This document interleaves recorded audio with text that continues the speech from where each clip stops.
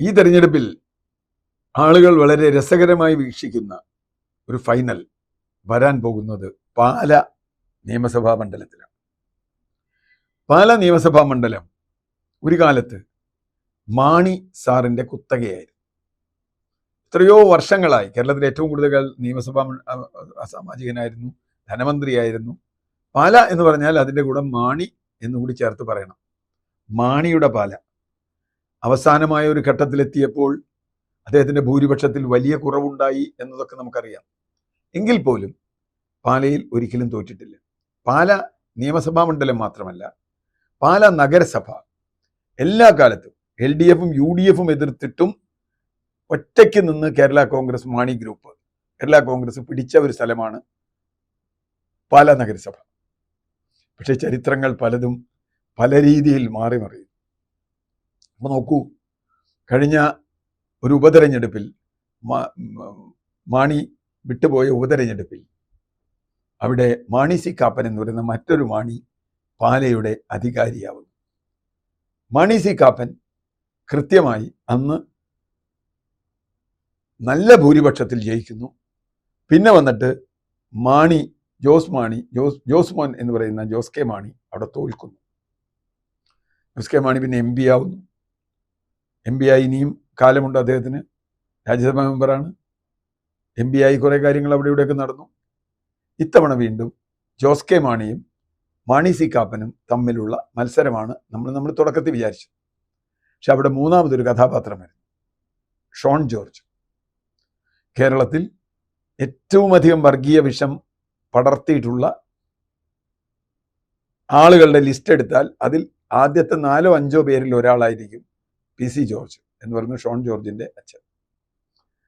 അപ്പോൾ ആ അർത്ഥത്തിൽ ഷോൺ ജോർജ് PC ജോർജിൻ്റെ മകൻ എന്ന അർത്ഥത്തിൽ PC ജോർജ് പൂഞ്ഞാറിൽ മത്സരിക്കുമ്പോൾ പാലയിൽ മകൻ തൊട്ടടുത്ത മണ്ഡലങ്ങളാണ്, പാലയിൽ വന്ന് മത്സരിക്കും.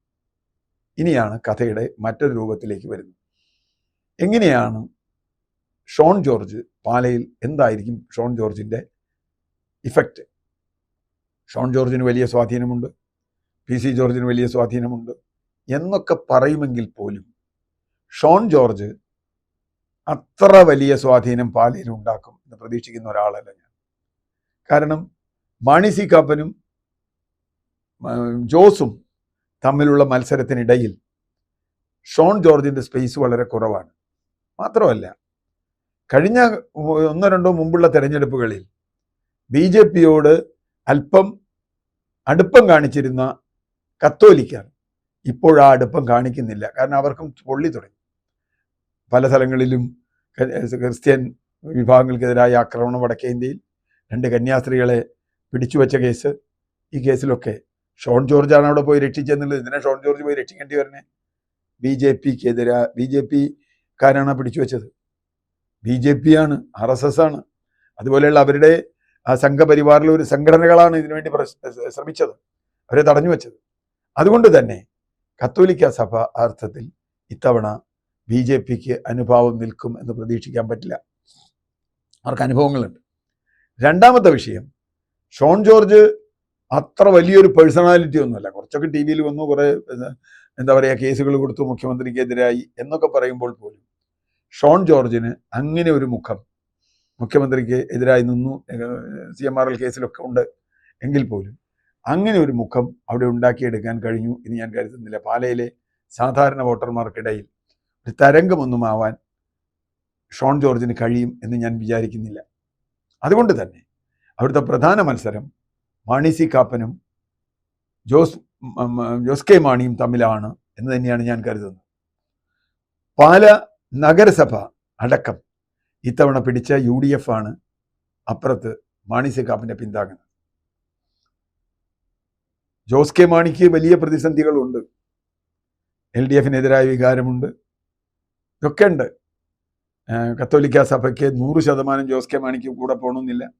അത് മാണി സി കാപ്പനും ജോസ് കെ മാണിക്കുമായി ഡിവൈഡ് ചെയ്ത് പോവാം.